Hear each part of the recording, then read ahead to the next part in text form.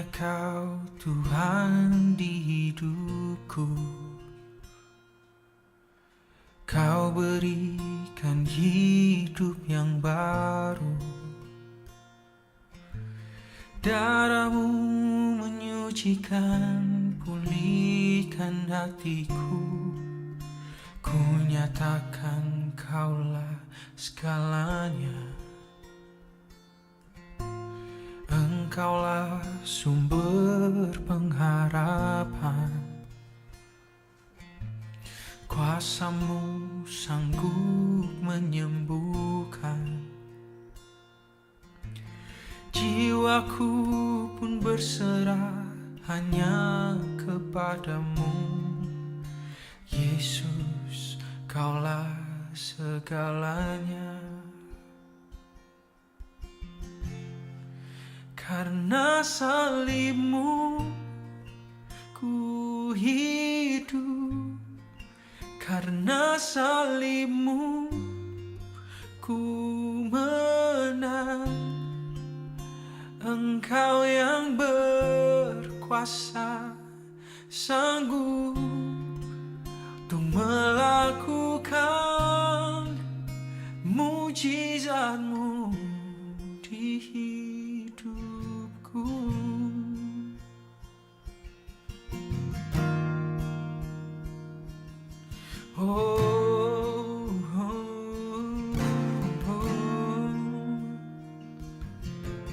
Engkaulah sumber pengharapan.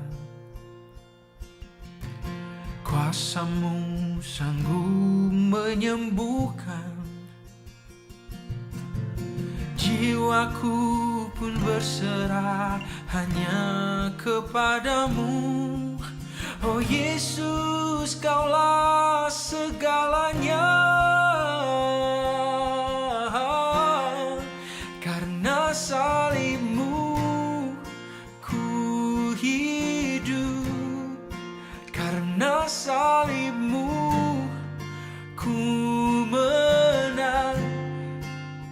Engkau yang berkuasa, sanggup untuk melakukan mujizat-Mu. Karena salib-Mu ku hidup. Karena salib-Mu ku menang. Engkau yang berkuasa, sanggup untuk melakukan mujizat-Mu di hidupku.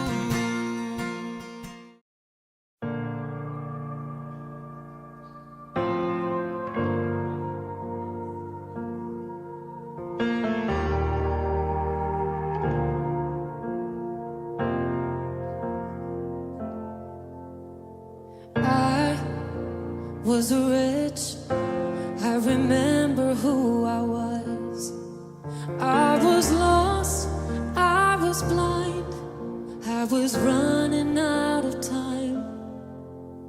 Sin separated, the breach was far too wide. But from the far side of the chasm, You held me in your side. So you made a way across the great divide, left behind heaven's throne to build it here inside. And there at the cross, you paid the debt I owe, broke my chains, freed my soul. For the first time I had hope. Thank you, Jesus, for the blood applied. Thank you, Jesus, it has washed me white. Thank you, Jesus, you have saved my life, brought me from the darkness into glorious light.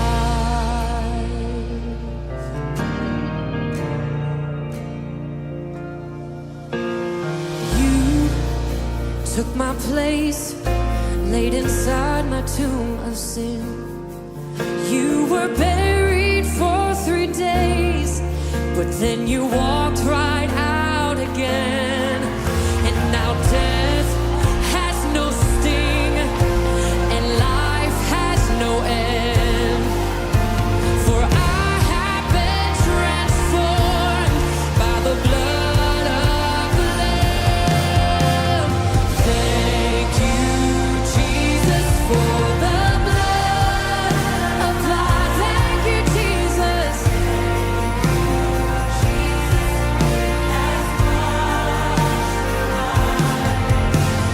Thank you, Jesus. You have saved my life, brought me from the darkness into glorious light. There is nothing stronger than the wonder-working power of the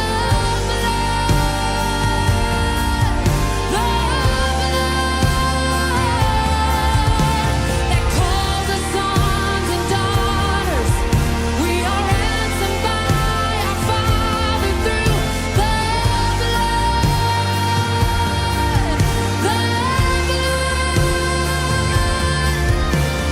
There is nothing stronger of the wonder-working power of the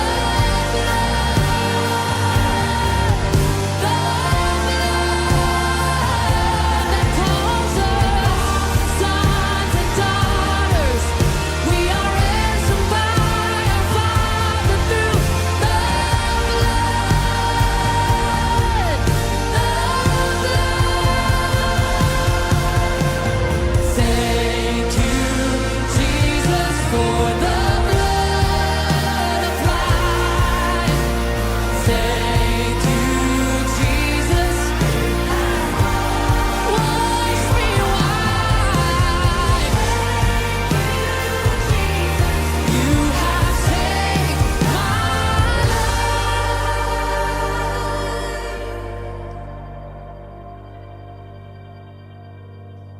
Brought me from the darkness into glorious light.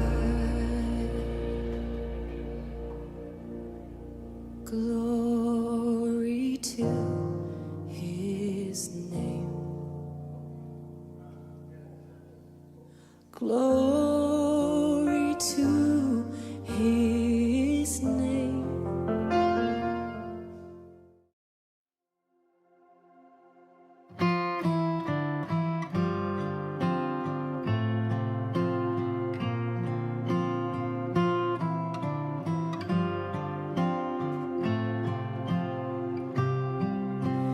Thank you for the cross, Lord.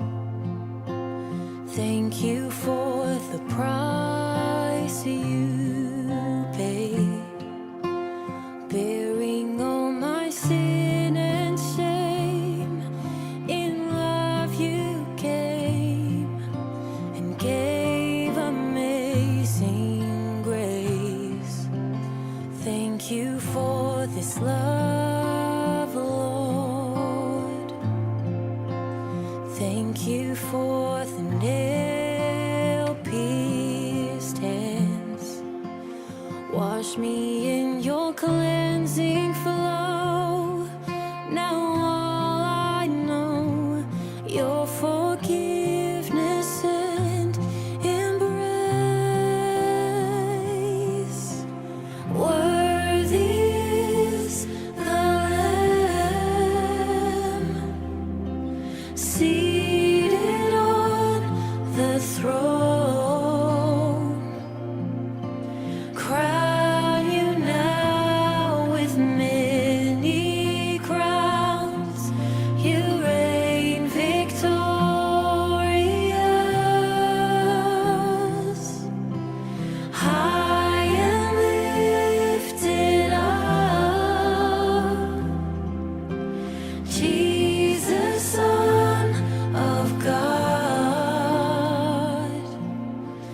darling of heaven, crucified.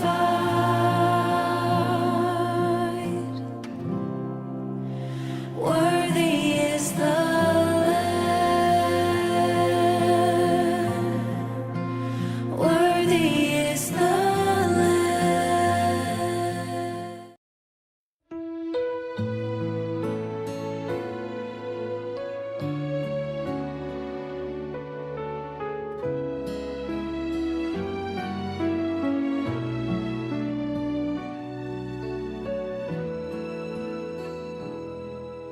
Sebagai manusia, ia telah merendahkan dirinya, taat sampai mati di kayu salib, hapuskan dosa pelanggaranku. Sebagai penebus, tubuhnya disiksa dan dihancurkan, darah yang mengalir di kayu salib, yang sanggup sucikan, ampuniku. Kasih Yesus sempurna, memulihkan seluruh hidupku, telah lunas di kayu salib, supaya aku diselamatkan, dibebaskan, disembuhkan.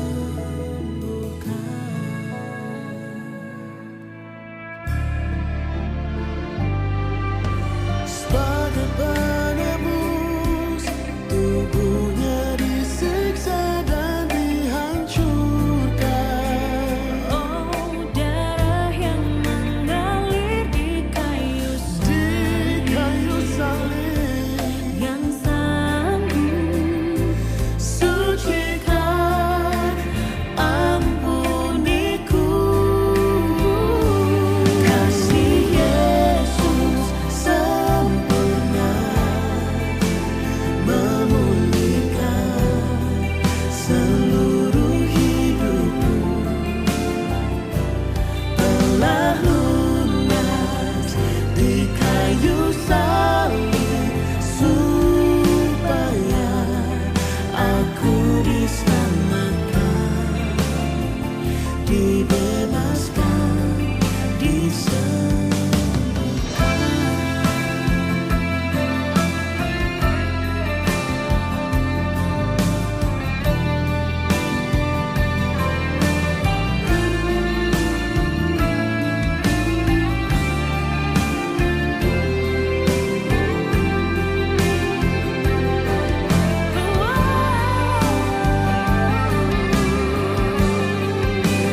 Kasih Yesus sempurna,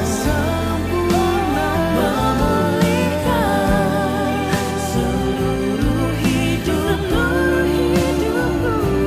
telah lunas di kayu salib, supaya aku diselamatkan, dibebaskan, disembuhkan.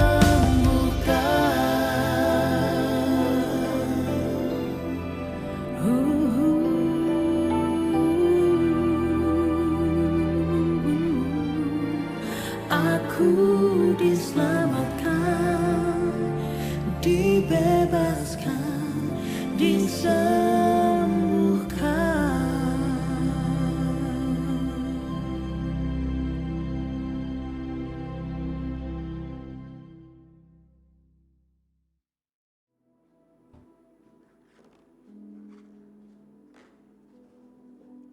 Jemaat, mari kita berdoa.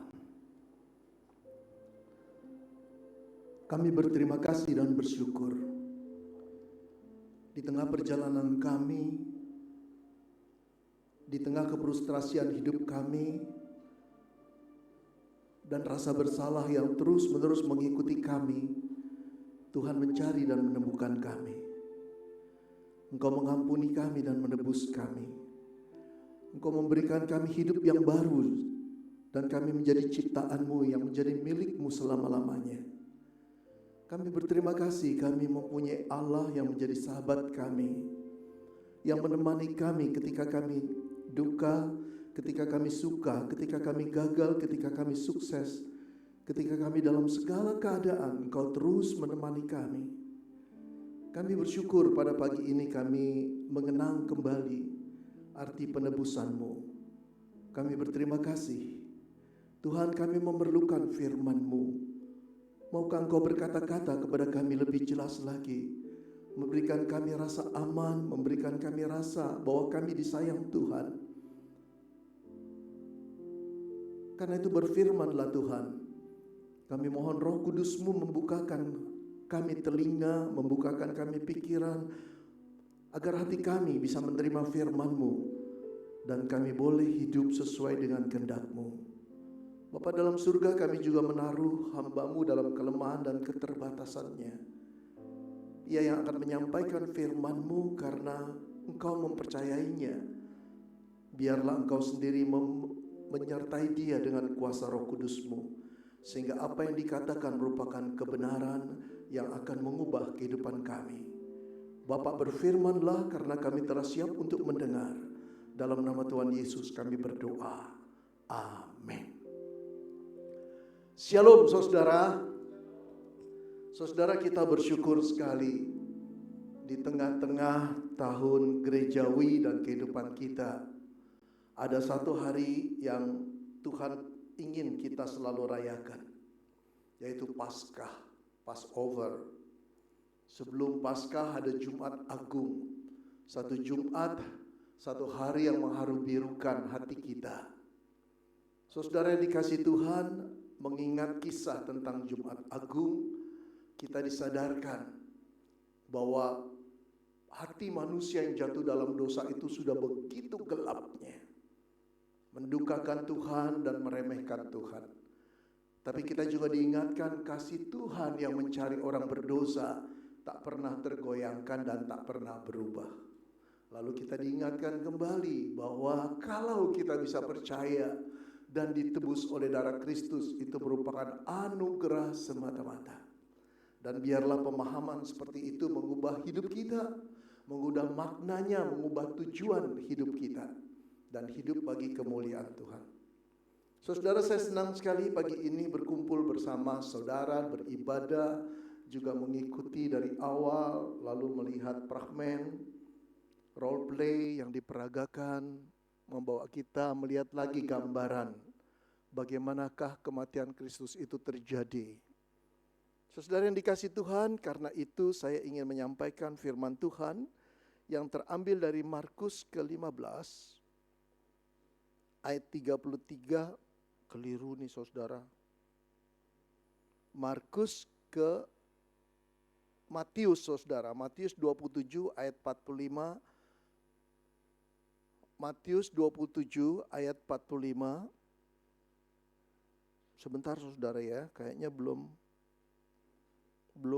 saya ganti. Ya.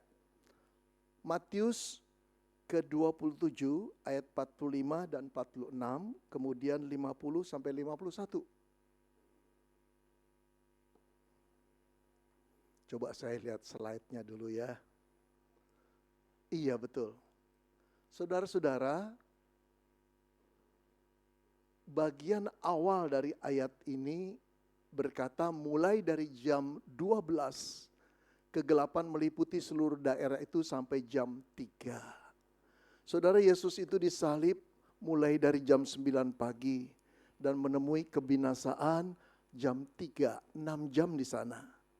Tapi mulai dari jam 12, 3 jam terakhir, kegelapan meliputi daerah itu. Nah, selama 3 jam ini saudara, ada banyak hal yang terjadi.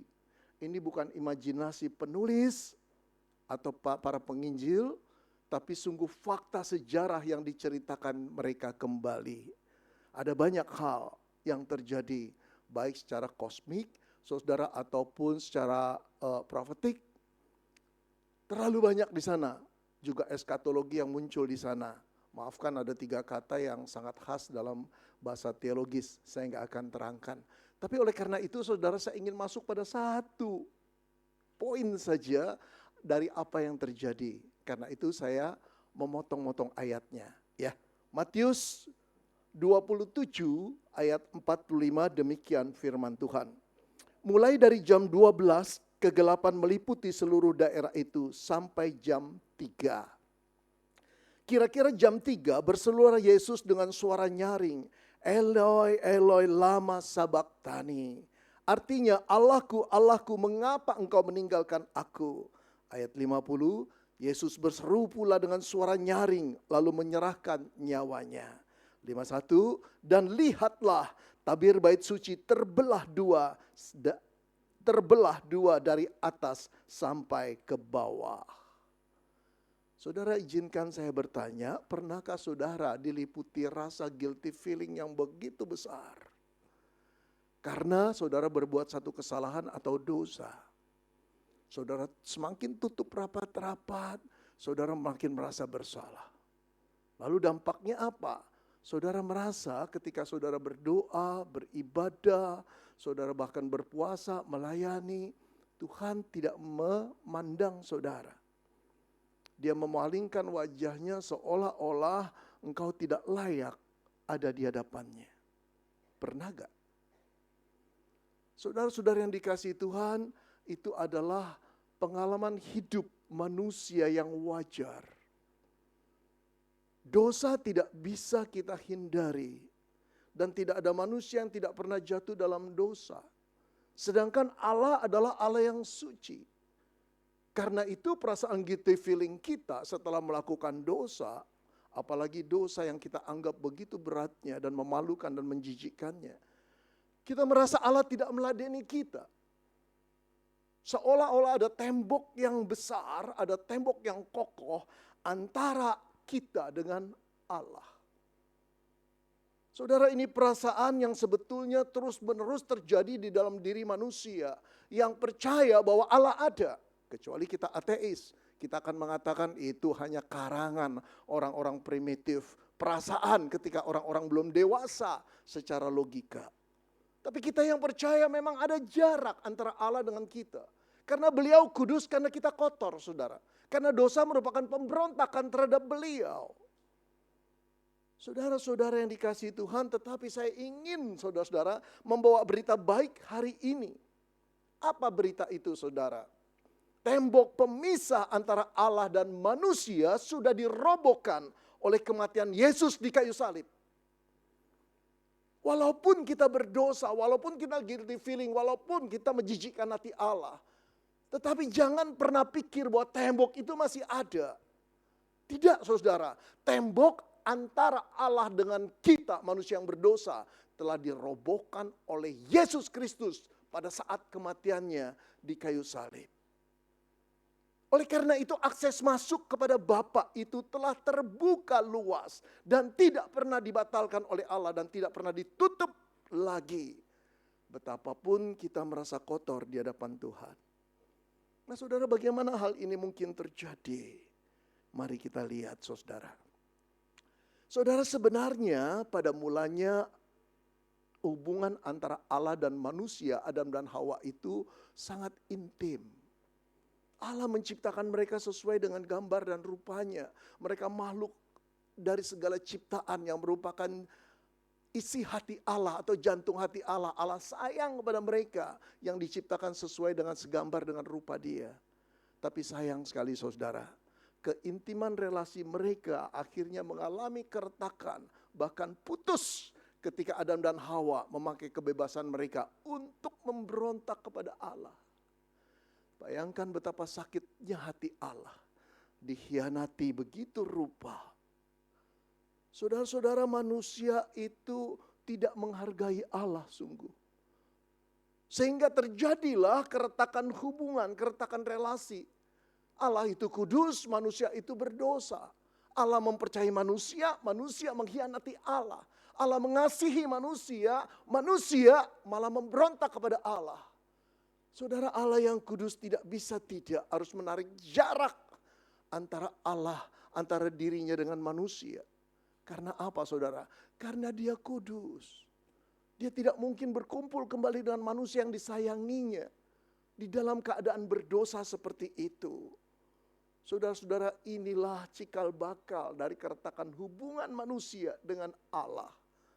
Yang semakin lama bukan semakin baik. Jarak itu semakin jauh. Karena semakin lama manusia itu semakin hidup di dalam dosa, semakin mengerikan. Semakin kotor, semakin menjijikkan hati Allah. Alkitab mengatakan tidak ada seorang pun yang mencari Allah. Tidak sebetulnya. Tidak ada seorang pun yang hidup benar. Tidak. Tidak ada seorang pun yang mencari keadilan dan kebenaran. Tidak. Di mata Allah semuanya telah berdosa, saudara. Nah, saudara yang dikasihi Tuhan, tapi Allah masih memberikan kesempatan kepada manusia, khususnya umatnya orang Yahudi, untuk datang kepada Dia. Khususnya saudara ketika mereka meminta pengampunan Tuhan atas dosa mereka, Allah memberi kesempatan pada hari raya penebusan salah atau perdamaian, saudara. Hari raya Yom Kippur di dalam bahasa aslinya dikatakan, maka Allah memerintahkan orang-orang Israel datang ke bait Allah. Saudara-saudara, untuk apa mereka datang ke bait Allah? Untuk memohon pengampunan atas dosa-dosa mereka. Itu mau menandakan bahwa Allah masih mempunyai hati dan kasih kepada mereka. Saudara, kenapa? Saudara, mereka harus datang ke bait Allah setahun sekali. Saudara, bait Allah adalah simbol rumah Allah. Simbol keberadaan Allah. Saya ingin jelaskan sedikit saja. Saudara, bait Allah itu terbagi jadi 3 bagian. Yang pertama pelataran depan atau pelataran umum. Disinilah kebanyakan orang hadir di sana. Di sampingnya untuk orang-orang kafir, saudara. Allah memberikan ruang juga buat bangsa non-Yahudi. Ruang yang kedua, saudara, ini disebut pelataran luar, saudara. Ya, di luar. Lalu masuk, membuka pintunya, ada ruang kudus. Saudara memasuki ruang kudus saja, orang akan gentar. Orang akan merasa bahwa Allah terlalu jauh jaraknya, kualitasnya dengan diri mereka. Oleh karena itu saudara, yang boleh masuk ke ruang kudus ini cuma 1 orang yang namanya imam besar. Ia dipilih dan ditetapkan oleh majelis agama. Orang yang terpilih, orang yang mempersiapkan diri betul-betul. Setiap tahun orang ini bisa bertukar, saudara. Tapi saudara bisa bayangkan kalau engkau yang dipilih menjadi imam besar. Untuk masuk ke ruang kudus dan nanti satu lagi ruang maha kudus, saudara.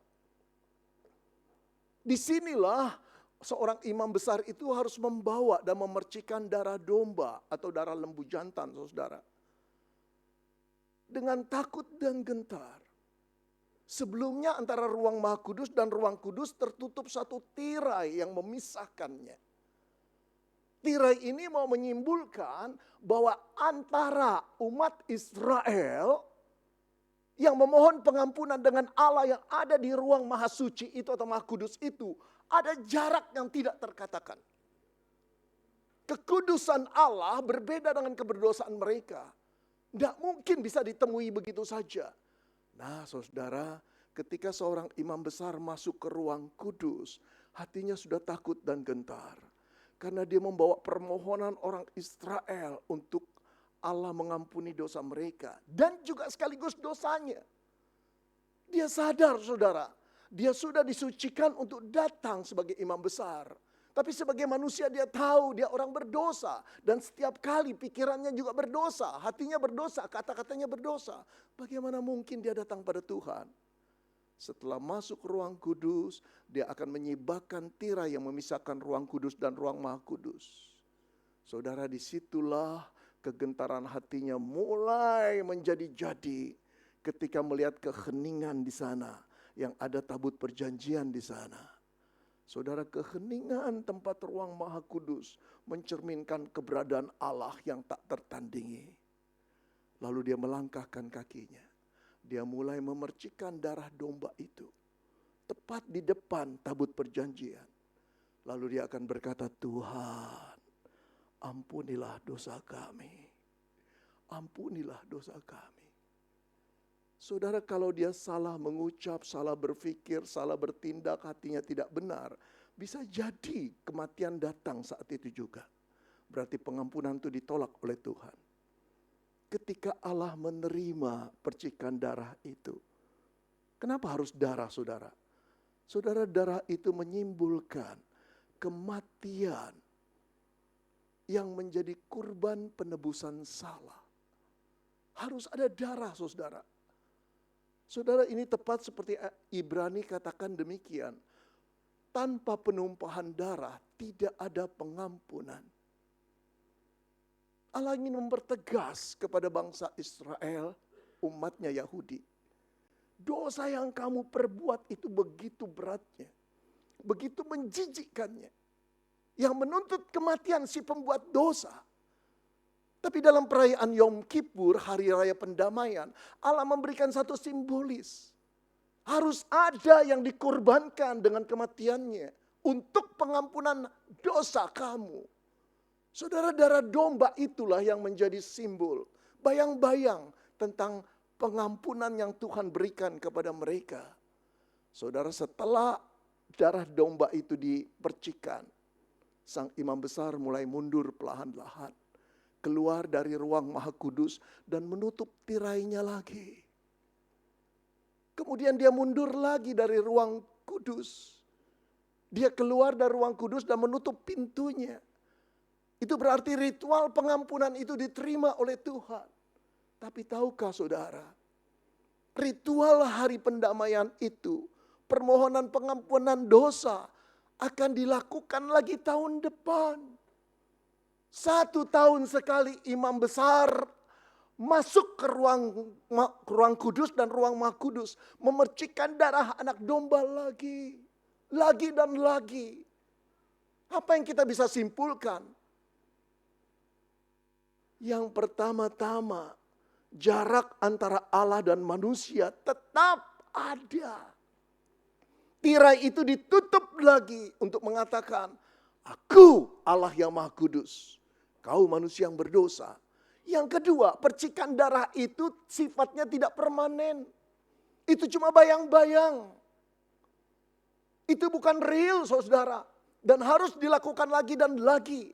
Pada waktu Yesus mengikuti hari Paskah yang terakhir, peringatan Paskah itu sudah dilakukan 1.500 tahun, saudara. Saudara yang dikasihi Tuhan, tetap saja ada jarak antara Allah dengan manusia. Lalu pertanyaan kita, kapan Allah itu bisa kita dekati? Tanpa perasaan guilty feeling kita. Kapan Allah bisa menerima kita sebebas-bebasnya? Kapan akses masuk itu terbuka? Kalau Allah terlalu suci dan kita sadar kita orang berdosa, adakah kemungkinan kita berhadapan dengan Allah muka dengan muka?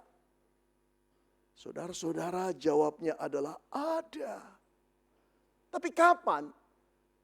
Saudara-saudara, akses masuk itu telah dibuka justru pada saat Yesus Kristus mengalami penderitaan di salib. Dan dia berteriak, Eloi, Eloi, lama sabachthani. Saudara, itulah jeritan anak Allah yang ditinggalkan oleh Bapa. Seharusnya jeritan itu keluar dari mulutmu dan mulutku. Seharusnya jeritan itu adalah jeritan kesepian kita. Ketika Allah menghukum kita dan meninggalkan kita. Saat kita membutuhkan Dia. Saat kita membutuhkan juga pengampunan Dia. Dia memalingkan mukanya dan meninggalkan kita. Saat itulah kita harusnya menjerit. Eli, Eli, lama sabachthani. Allahku, Allahku, mengapa engkau meninggalkan aku? Allah surgawi akan memalingkan wajahnya dan berteriak, karena dosamu. Saudara, kita akan terdiam. Karena tuduhan Allah, karena dosamu dia meninggalkan kita. Itu satu fakta yang tidak bisa terbantahkan. Lalu siapakah yang bisa menyelamatkan diri dari hadapan Allah kalau demikian? Saudara, justru jeritan Yesus, Eloi, Eloi, lama sabachthani. Menandakan dia telah mewakili kita. Dia bersedia untuk ditinggalkan oleh Allah demi kita. Padahal dia tidak pernah berbuat satu kesalahan. Dia tidak pernah berbuat satu dosa pun. Dia tidak pernah berdusta. Dia tidak pernah mencuri. Dia tidak pernah menipu orang lain. Dia tidak pernah, saudara, menggelapkan uang orang lain atau instansi lain. Dia tidak pernah hatinya dikuasai kebencian. Dia tidak pernah membunuh. Dia tidak pernah berzina. Dia tidak pernah berlaku tidak adil kepada orang. Dia tidak pernah sombong, saudara. Hidupnya selalu terjaga oleh kekudusan dan kesucian. Tidak ada seorang pun yang bisa membuktikan bahwa dia pernah jatuh di dalam dosa. Tidak juga Pilatus, tidak juga pengadilan-pengadilan yang direkayasa. Tidak pernah juga saksi-saksi yang bangkit melawan dia karena rekayasa. Tidak. Pada akhirnya Alkitab memperlihatkan betapa kudusnya anak domba Allah itu. Dialah yang memberikan kita akses ketika kita tidak bisa akses atau masuk ke hadirat Tuhan. Saudara-saudara, Alkitab mengatakan demikian. Ketika tabir bait suci itu, Alkitab mengatakan ketika itu tabir bait suci terbelah dua dari atas sampai ke bawah. Saudara-saudara, inilah yang Yesus perbuat, yang begitu penting untuk kita ketahui. Bahwa ketika dia berteriak, Eli, Eli lama sabachthani, lalu dia menyerahkan nyawanya kepada Bapa di surga. Ada satu gambaran narasi yang Injil katakan bahwa tabir bait Allah terbelah menjadi dua. Saudara, ini merupakan simbol sekaligus fakta cerita, saudara, fakta sejarah. Bahwa sekarang tidak ada lagi jarak antara Allah dengan manusia. Sudah terbuka. Saudara, ini ibaratnya satu desa yang mengharapkan membuka internet tapi tidak ada jaringan satelitnya, saudara. Setelah fasilitas pemerintah masuk, terbuka aksesnya, seluruh orang bisa mengakses internet dengan mudah karena ada wifi-nya. Tapi saya mau katakan juga, saudara, ini seperti seorang anak remaja yang pernah membangkang kepada ayahnya. Dan memberontak kepada ayahnya dan melawan kepada ayahnya dan ngabur dari rumah bertahun-tahun. Anak ini hidup di jalanan. Hidup dengan kriminalitas yang tinggi. Hidup dengan penuh kebencian. Hidup dengan kekerasan. Sampai satu hari anak ini rindu pulang ke rumah ayahnya. Tapi dia tahu setiap kali dia lewat rumah ayahnya, pintu itu selalu tertutup rapat-rapat. Tapi ketika dia hendak pulang, kali ini dia mendapati berbeda. Pintu rumah ayahnya terbuka lebar-lebar. Tahulah dia bahwa pengampunan sudah ada di hati ayahnya. Tinggal dia datang. Saudara, akses masuk buat anak ini telah terbuka lebar-lebar. Saat tabir bait Allah terbelah menjadi dua, saudara, yakinlah akses masuk kepada Bapa itu telah terbuka lebar-lebar. Dia bukan Allah yang harus kita sebut dan kita tinggikan dengan teriak-teriak supaya dia mendengar kita. Dia bukan Allah yang terlalu jauh lagi. Dia Allah yang sedekat doa. Bahkan kita dilayakan untuk memanggil beliau yang kudus dan suci. Allah pencipta alam semesta dengan sebutan Bapa. Oh, betapa indahnya. Ketika kita dalam frustrasi, ketika kita merasa tidak layak, kita tidak perlu berkata Allah yang agung dan kudus. Allah yang tidak layak aku datangi. Allah yang pantas memalingkan mukanya dari aku yang bejat ini. Tidak perlu berbahasa basi. Yesus sendiri yang mengajarkan kita akses itu telah terbuka, anakku. datang padanya. Kita cuma memejamkan mata, melipat tangan dan berkata, Bapa, aku kotor, aku tidak layak, tapi Engkau Bapakku. Saudara, istilah Bapak itu begitu dekatnya. Dia bukan Bapak jasmani seperti yang engkau punya dan aku punya yang kadang-kadang mengecewakan kita. Kadang-kadang tidak berbelas kasihan kepada kita. Dia Bapak surgawi yang tidak sama dengan Bapak jasmani kita. Di dalam hatinya selalu tersedia ruang pengampunan buatmu dan buatku. Seberapa besar dosa yang kau perbuat, dia tidak pernah tidak untuk mengampuninya.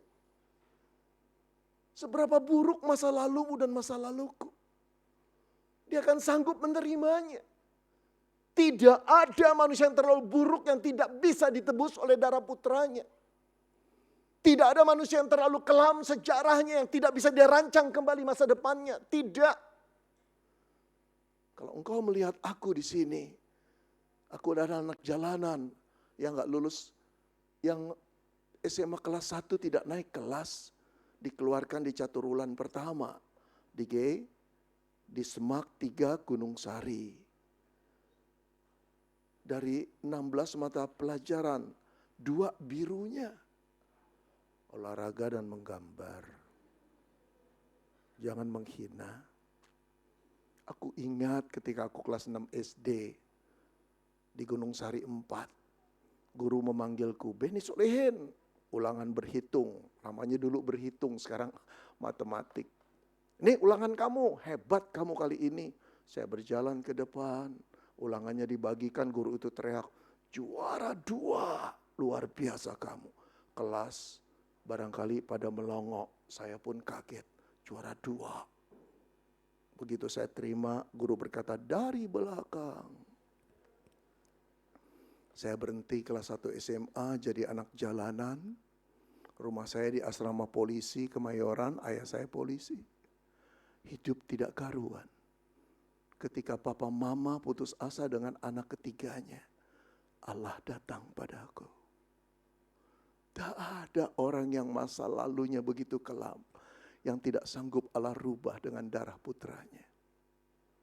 Akses masuk itu telah dibuka oleh Tuhan. Itu berarti ada undangan yang luar biasa. Yesus pernah menjadi imam besar agung kita. Tapi bukan di bait Allah. Dia pernah memercikkan darah domba. Tapi bukan di bait Allah. Dan bukan darah domba. Darah siapa? Darahnya sendiri. Lalu kalau bukan di bait Allah, di mana? Di kayu salib. Dia masuk ke hadirat Allah. Dia menjerit kepada Allah. Bapa, ampunilah mereka. Dia menjadi imam besar agung yang memohon kepada Bapa, ampunilah mereka karena mereka tidak tahu apa yang mereka perbuat. Selanjutnya gimana? Dia menerima seluruh hukuman dosa yang harus kita ditimpakan kepada kita orang berdosa. Dia tanggung semua di sana. Sehingga dia menjerit, Eli, Eli lama sabachthani. Dia mewakili engkau dan saya. Darahnya lah yang diteteskan demi keampunan engkau dan saya. Dia menjadi imam besar agung kita. Setelah itu, saudara tahu perbedaan antara imam besar agung orang Yahudi yang mewakili manusia dengan imam besar agung kita, Yesus Kristus. Imam besar agung itu membawa darah domba. Lalu dengan perasaan guilty feeling meminta ampun, ampunilah kami dan segala kesalahan kami. Karena dia tahu dia berdosa. Tapi ketika Yesus Kristus naik ke kayu salib dan memohon pengampunan buat umatnya, ampunilah mereka karena mereka tidak tahu apa yang mereka perbuat. Apakah dia pernah meminta, ampuni juga dosaku? Tidak. Dia anak domba yang kudus. Dia memercikkan darahnya sendiri. Lalu ketika saudara, imam besar orang Yahudi itu telah melakukan pemohonan ritual. Keluar lagi dari bait Allah. Dia hidup di dalam keseharian. Kembali berdosa lagi. Berbeda dengan imam besar kita. Dia langsung melintasi semua langit. Artinya dia langsung masuk ke hadirat Allah. Duduk di sebelah kanan Allah.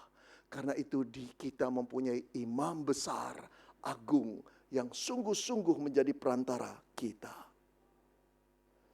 Saudara-saudara, Ibrani 4 ayat 14 mengatakan, karena kita sekarang mempunyai imam besar agung, Yesus Kristus. Hidupmu tidak pernah berjalan sendiri. Engkau mempunyai imam besar agung yang duduk di sebelah kanan Allah Bapa, yang telah melintasi semua langit, yaitu Yesus anak Allah. Baiklah kita teguh berpegang pada pengakuan iman kita. Saudara, kalau kita berdoa dan merasa Allah memalingkan wajahnya dari kita, itu cuma perasaanmu dan perasaanku. Itu tidak yang Alkitab katakan.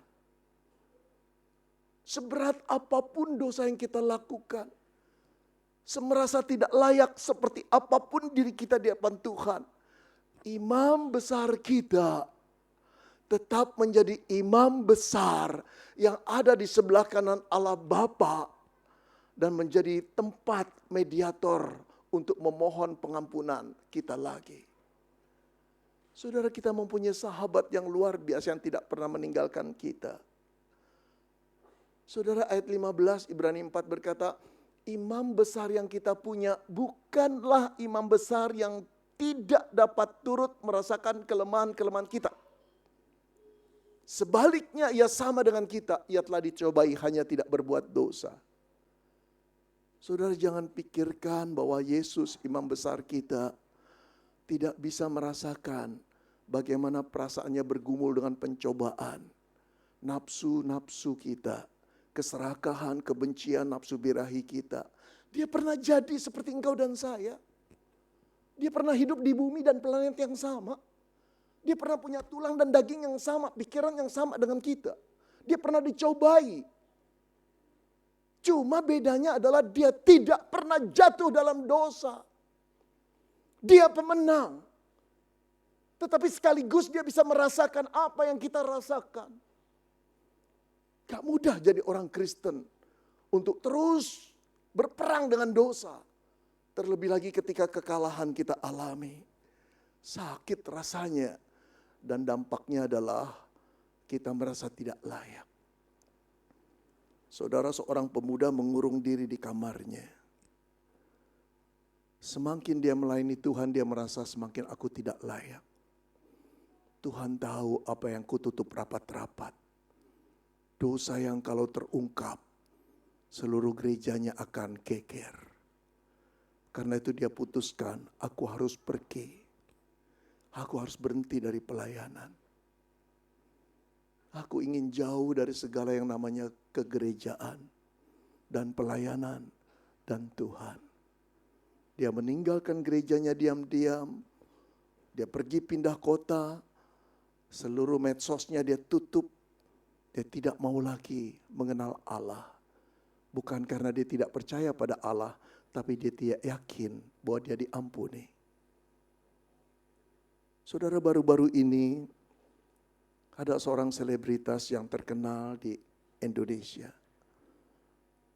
yang meninggalkan imannya kepada Tuhan Yesus dan beralih pada iman yang baru. Saudara, enggak jadi masalah, itu hak setiap orang. Saya tidak mau menjelek-jelekan, itu keputusan pribadi yang harus kita hargai.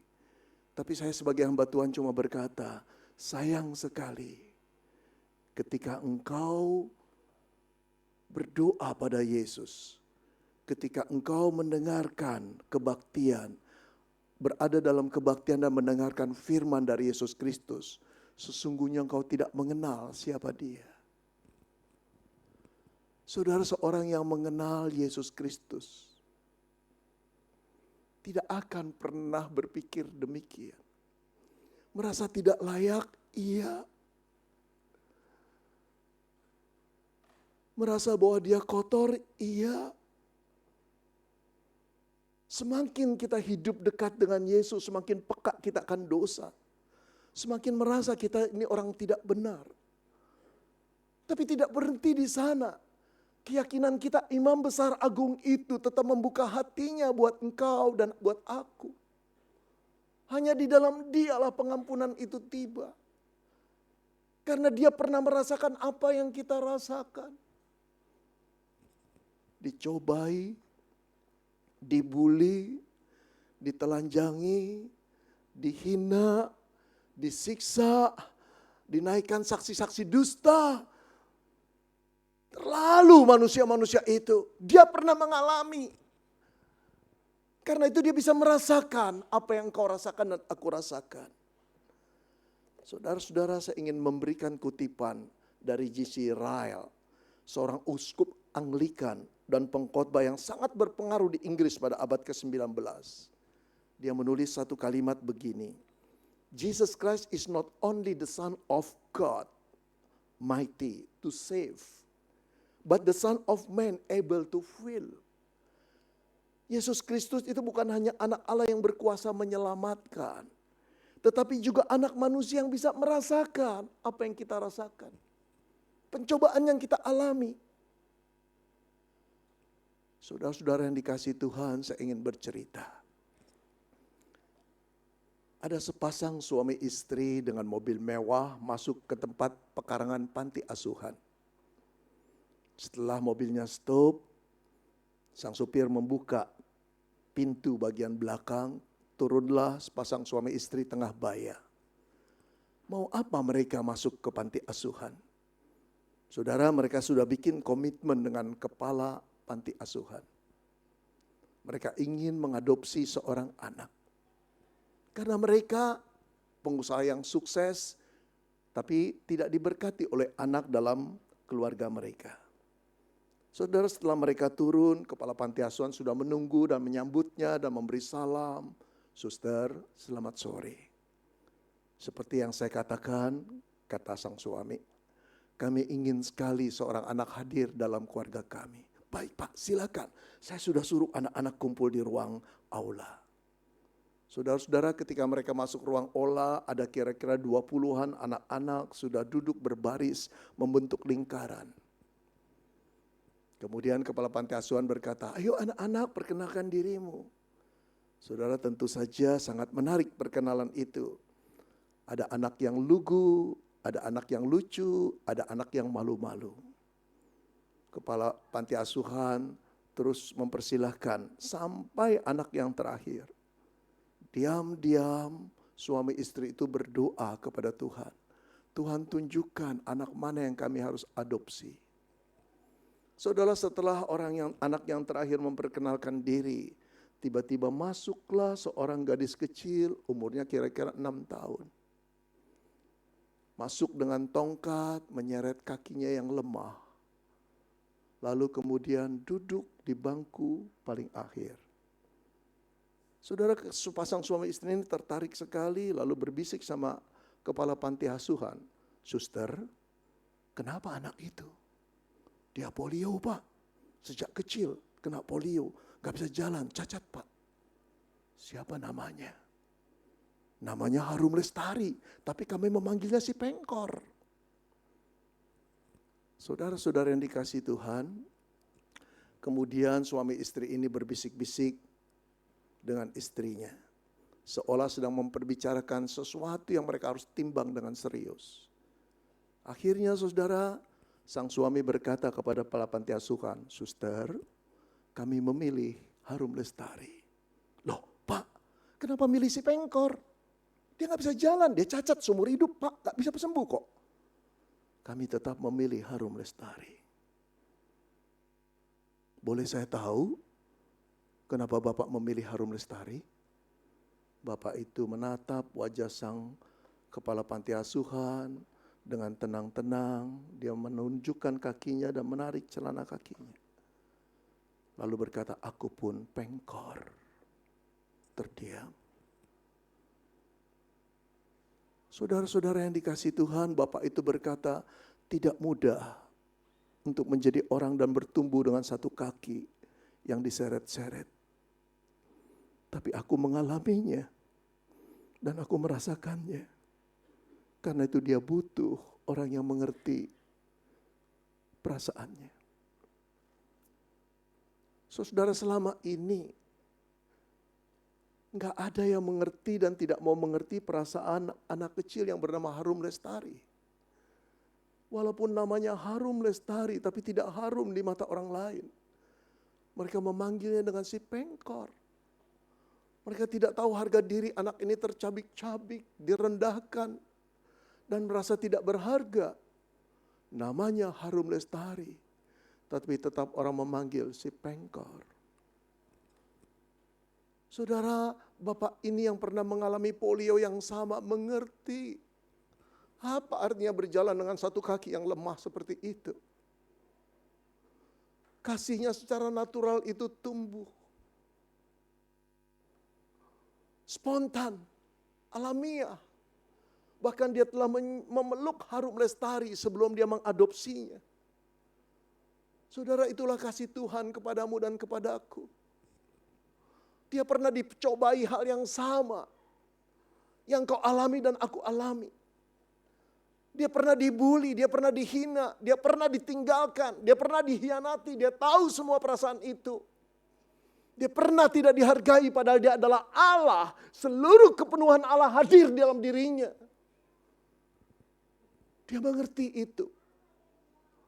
Dan dia telah membuka tembok yang menyekat antara ruang suci dengan ruang Maha Kudus itu, saudara. Antara umat Israel dengan Allah yang tertinggal atau terdiam di ruang Maha Suci itu. Dia telah menjebol tembok itu. Sehingga engkau dan saya bisa datang. Apapun dosamu. Saudara, yang paling berat bagi anak Allah yang ingin sekali hidupnya kudus. Kejatuhan yang tidak diduga. Hancur hati kita. Kita melihat lagi gambaran Allah yang kudus dan jijik kepada kita. Juga dosa-dosa yang kita sengaja. Kita terperangkap. Kita hidup dalam kegelapan lagi. Tahukah engkau, Bapa telah membuka pintunya. Dia tetap menanti engkau dan saya untuk masuk. Apakah engkau sekarang masih berdiri di luar tabir itu? Tabir itu telah robek dan terbelah dua. Datang pada Allah. Datang pada Allah. Dan mohon pengampunannya lagi. Dan berkata, Tuhan, terima aku lagi ya. Ampuni aku lagi. Izinkan dia memelukmu. Dan berkata, engkau anakku. Seumur hidup aku tidak akan pernah melupakanmu. Mari kita berdoa.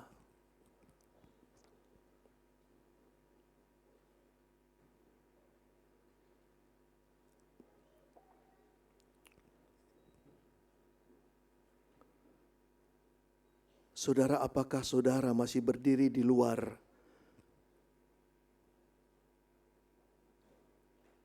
Karena engkau merasa tidak layak. Karena engkau merasa malu, engkau telah jatuh di dalam dosa. Karena engkau khawatir, kalau dosa yang kau perbuat itu terbuka di umum. Bukan cuma menyakitkan hati orang-orang yang dekat padamu, tapi hati Allah. Hari ini saudara, imam besar kita yang penuh kasih, menunggu di ruang tahtanya. Ia telah menyibakkan bahkan merobek tirai penyekat itu. Apapun yang kau perbuat, betapapun menyakitkan hatinya kembali, tidak pernah mengubah kasihnya kepadamu. Ketika engkau merasa masa depan hidupmu telah habis, ia masih merajut kehidupanmu. Pengampunan selalu dia berikan. Penyertaan selalu dia sertai hidupmu dan hidupku. Maukah engkau masuk? Lihatlah tangannya terbuka. Maukah engkau lari kepadanya? Datang dalam pelukannya. dan berkata, Bapa, ampuni aku.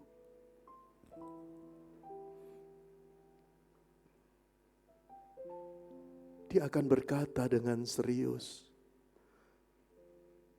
hatiku tidak pernah tertutup untuk memberi pengampunan kepadamu.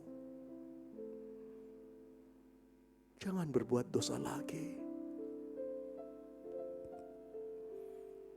Saudara, siapa di antara saudara yang berkata, Tuhan ampuni aku, kuduskan aku menerima Engkau masuk ke dalam hatiku.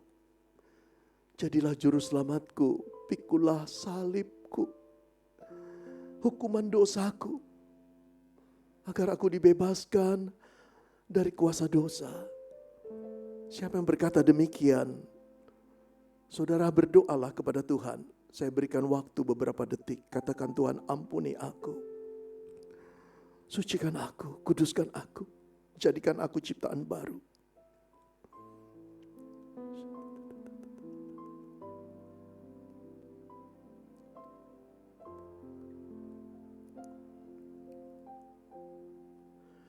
Adakah di antara saudara yang pernah diselamatkan oleh Kristus? Engkau mengerti pengorbanannya telah mengganti hukuman dosamu. Tapi dosa yang kau perbuat belakangan ini membuat engkau merasa jauh dari Tuhan. Dia menolakmu. Engkau merasa tidak layak dan merasa guilty feeling yang begitu sangat dan berat. Saudara, itu bukan Alkitab katakan. Itu bukan hati Allah. Dia tetap ingin menerimamu. Pintu telah dibuka, tirainya telah terbelah. Maukah engkau masuk dan berkata, Tuhan, aku datang kembali kepadamu. Izinkan dia memelukmu. Izinkan dia mengampunimu. Izinkan dia memperbaharui hatimu lagi. Dia punya rencana yang menakjubkan pada hidupmu. Silakan berdoa.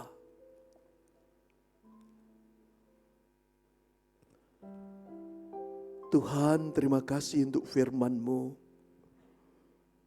yang membuat kami percaya kembali dan dengan penuh keberanian menghampiri tahta kasih karunia-Mu. Supaya kami menerima rahmat dan menemukan kasih karunia-Mu. Untuk mendapatkan pertolongan kami. Selalu beri keyakinan bahwa Bapa sangat mengasihi kami. Di tengah ketidaklayakan kami pun Engkau masih mau memeluk kami dan mengampuni. Selalu beri keyakinan pada kami bahwa Engkau punya rencana yang luar biasa dalam hidup kami. Untuk hidup demi kemuliaan nama-Mu. Terima kasih Tuhan untuk hari Jumat Agung yang kami peringati lagi. Terima kasih untuk keyakinan iman bahwa Engkau tetap mengasihi kami.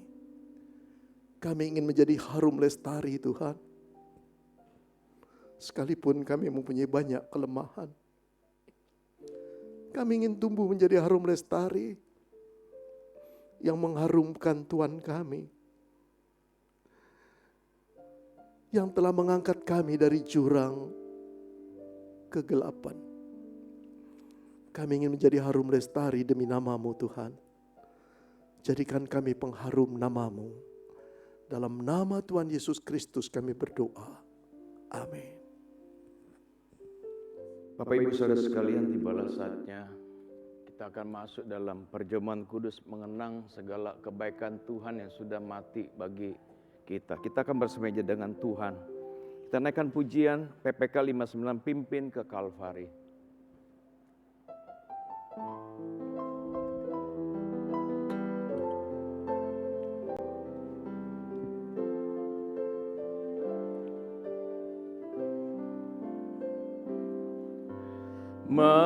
Mahkotailah Raja hidup, mulia bagimu. Ingat mahkota dirimu, pimpin ke Kalvari.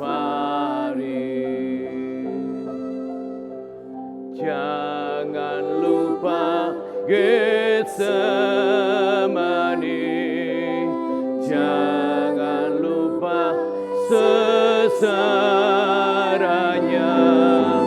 Jangan lupa cinta Tuhan, pimpin ke Kalvari. Jangan lupa Getsemani. Jangan lupa Getsemani. Jangan lupa sengsaranya. Jangan lupa cinta Tuhan, pimpin ke Kalvari. Pada malam waktu dia dikhianati, dia mengambil roti. Dan sesudah itu dia mengucap syukur atasnya. Dia memecah-mecahkan dan berkata, inilah tubuhku yang dipecahkan bagi kamu. Perbuatlah ini menjadi peringatan akan aku. Demikian juga dia mengambil cawan sesudah makan lalu berkata, cawan ini adalah perjanjian baru yang dimeteraikan oleh darahku. Perbuatlah ini setiap kali kamu meminumnya menjadi peringatan akan aku. Bapak Ibu Saudara sekalian, perjamuan kudus diperuntukkan kepada setiap kita yang sudah dibaptis di gereja di tempat ini maupun di gereja-gereja sahabat kita yang belum dibaptis, yang belum mengakui tubuh dan darah Kristus. Kita menahan diri untuk tidak mengambilnya. Sebentar petugas akan membagikan kepada setiap kita.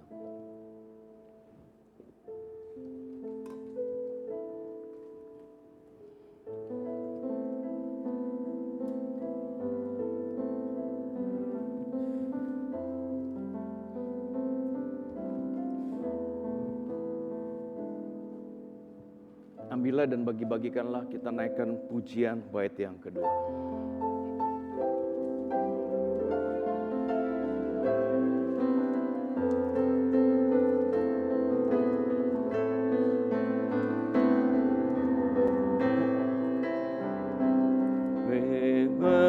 Buktikan Kau mati bagiku.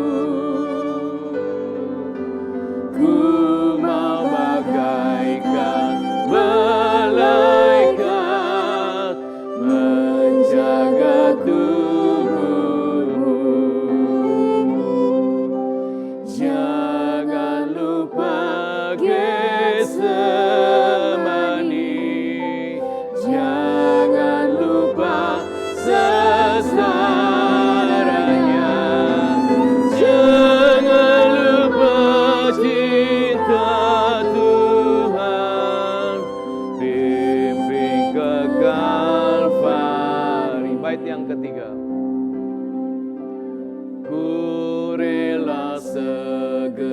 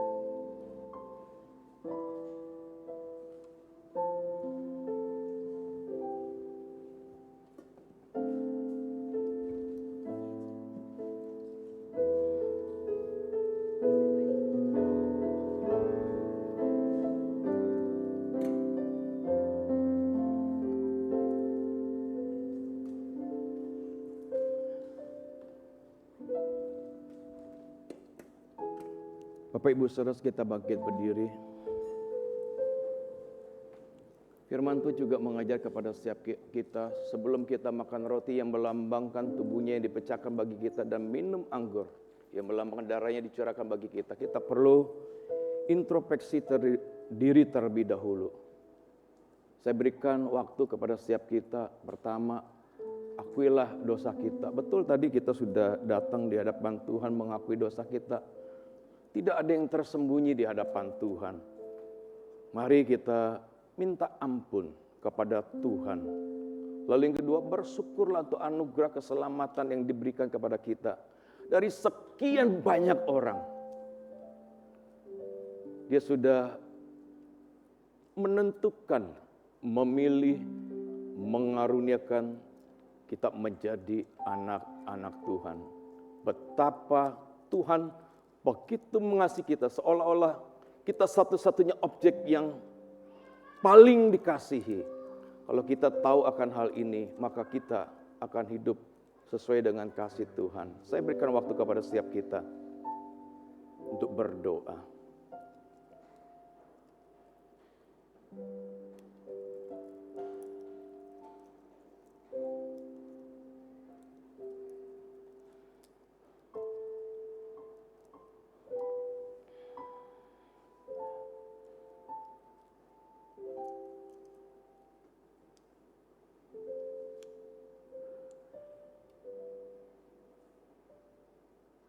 Bapa di surga, inilah doa kami, pengakuan dosa kami, segala pelanggaran kami, kesalahan kami, dosa kami.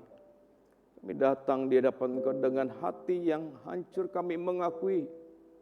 Sucikan kami ya Bapa, kuduskan kami sekali lagi, sehingga kami layak bersemeja untuk mengenang segala kebaikan Tuhan yang sudah mati bagi kami, menghapuskan dosa kami. Demi adalah debu di hadapan Tuhan, kami adalah ulat. Pada waktu kami jatuh dalam dosa, Engkau mengingat kami, Engkau menanggung keadilan-Mu dengan mati di atas kayu salib karena Engkau mengasihi kami. Kami bersyukur ya untuk karya Tuhan yang begitu agung, yang begitu indah. Allah menyamakan dirinya dengan manusia yang terbatas, yang kaya menjadi miskin untuk menyelamatkan kami. Kami bersyukur, kami bersyukur. Dan kami mau menyerahkan syukur kepada diri kami kepada Tuhan. Untuk menyatakan rasa syukur kami kepada Tuhan.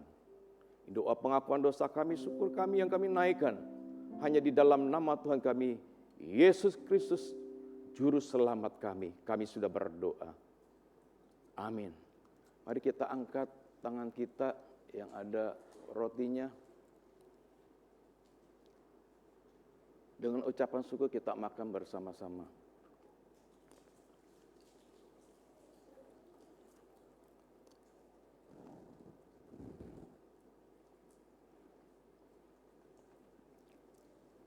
Angkat anggur kita.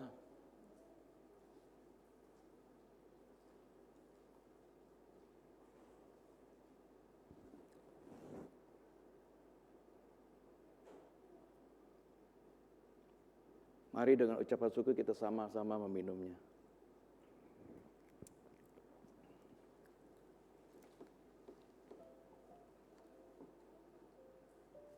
Kita berdoa.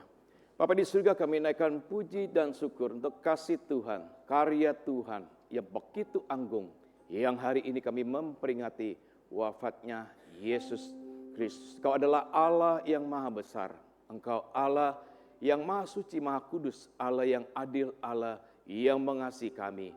Kami sudah menikmati keselamatan itu dan kami menerima jaminan keselamatan hidup yang kekal. Oleh karena itu Tuhan, pakai kami memberitakan kepada orang-orang di luar sana yang belum mengenal kepada Tuhan. Di rumah kami, tetangga kami, handai tolan kami. Agar mereka juga mungkin satu kali dalam hidupnya mendengarkan berita Injil keselamatan. Allah Roh Kudus bekerja menginsapkan, menobatkan dan bahkan melahirkan baru mereka menjadi anak-anak Tuhan. Pakai kami ya Tuhan menjadi alat di tangan Tuhan. Terpujilah Engkau Tuhan, dalam nama Tuhan kami sudah berdoa. Amin. Silakan duduk kembali, kita naikkan pujian ini satu kali lagi, pimpin ke Kalvari.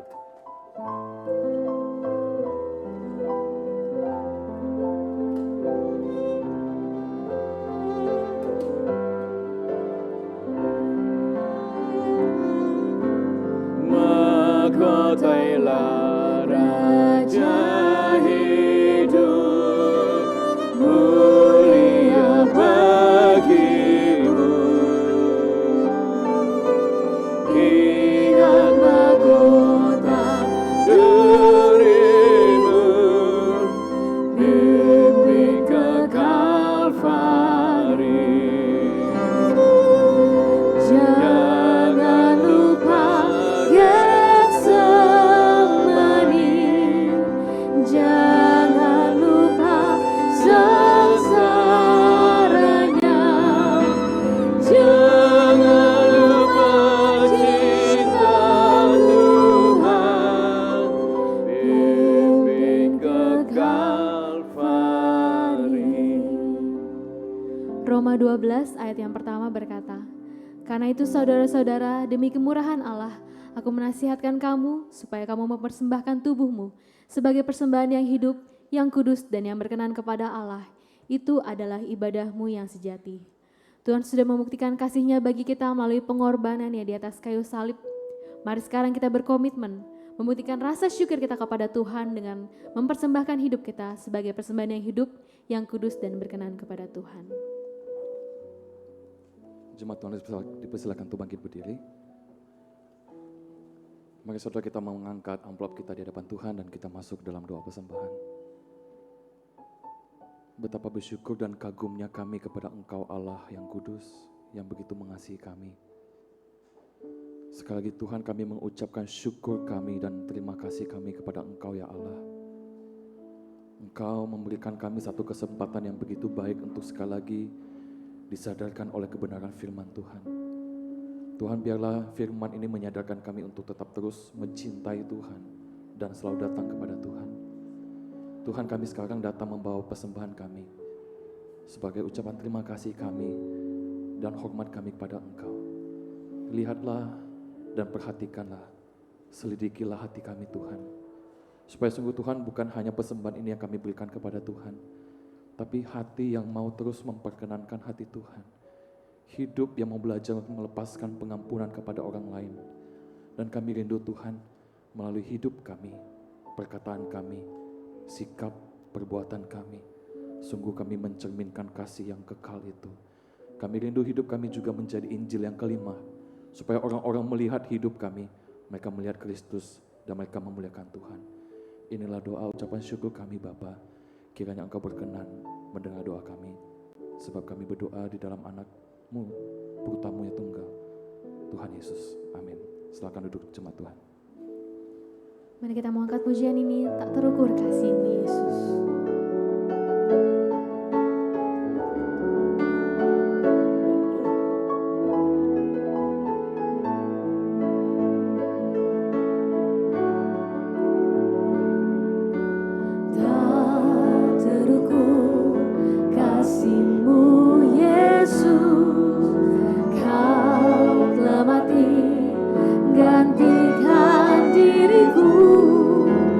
Kau curahkan darah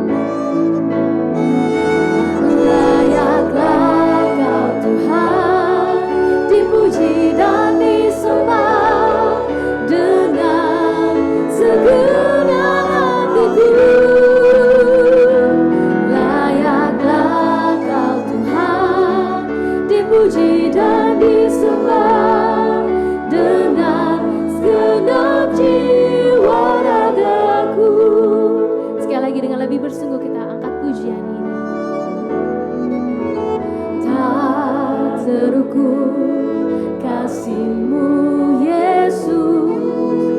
Kau telah mati gantikan diriku. Kau curahkan darah-Mu untuk tebus dosaku.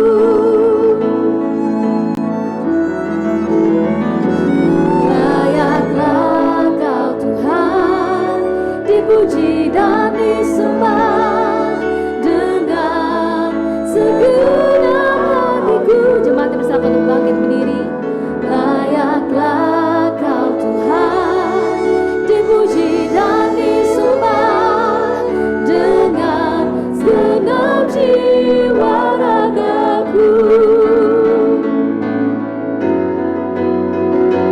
Layaklah Kau Tuhan dipuji dan disembah dengan segenap hatiku. Layaklah Kau Tuhan dipuji dan disembah dengan segenap jiwa ragaku.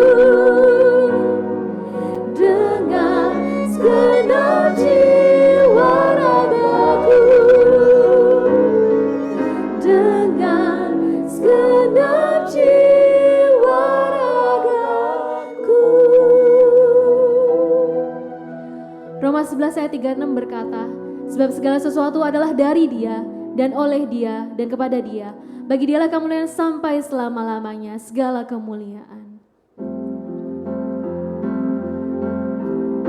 Segala kemuliaan hanya bagi Tuhan.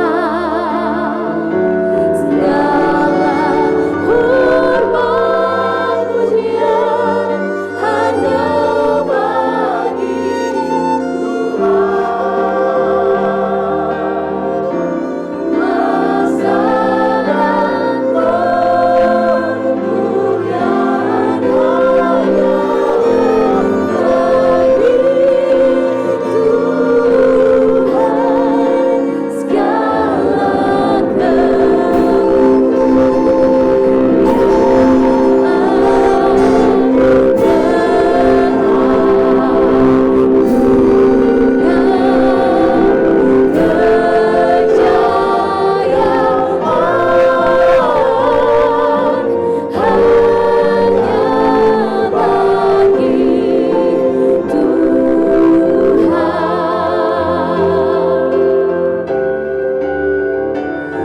puji Allah Bapa Putra,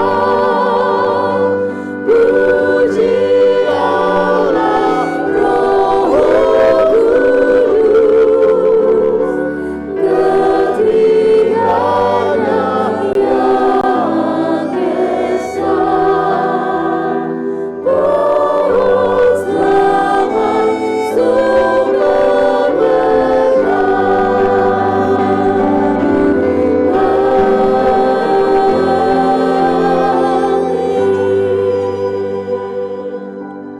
Mari kita bersatu dalam doa.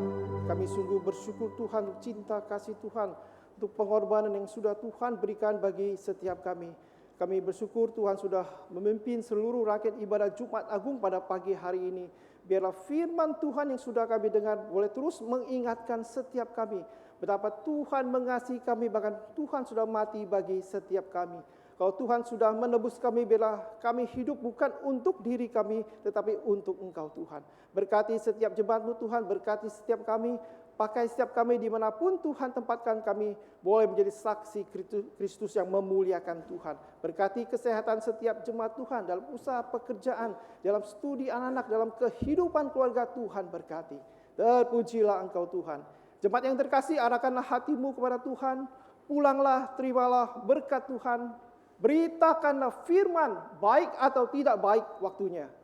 Kiranya rahmat dan anugerah dari Tuhan kita Yesus Kristus, kasih yang kekal dari Allah Bapa, kekuatan, pertolongan dan penghiburan dari Roh Kudus menyertai saudara-saudara sekalian mulai pagi hari ini bahkan sampai selama-lamanya. Amin.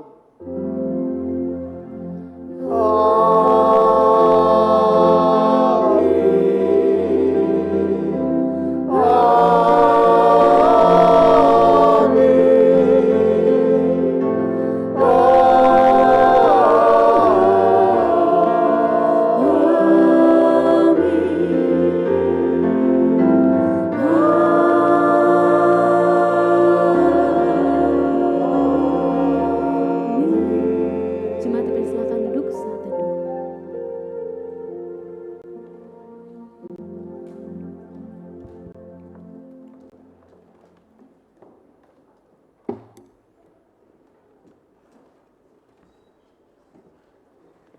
Baik, ya selamat pagi Bapak Saudara sekalian. Kita bersyukur untuk ibadah peringatan Jumat Agung pada pagi hari ini bisa berjalan dengan baik. Saya mewakili gereja GKBJ Samanhudi mengucapkan terima kasih banyak kepada Pendeta Beni Solihin yang sudah menyampaikan firman Tuhan. Tuhan memberkati. Nanti juga di KU Gabungan di jam 10 juga akan melayani khotbah. Terima kasih untuk semua pelayan mimbar, semua tim yang sudah melayani, mempersiapkan segala sesuatu untuk melayani. Tuhan memberkati kita semua. Ya, demikian warta pada pagi hari ini. Selamat menjalani, memperingati ya masa kesengsaraan dan kematian Tuhan Yesus di dalam kehidupan kita.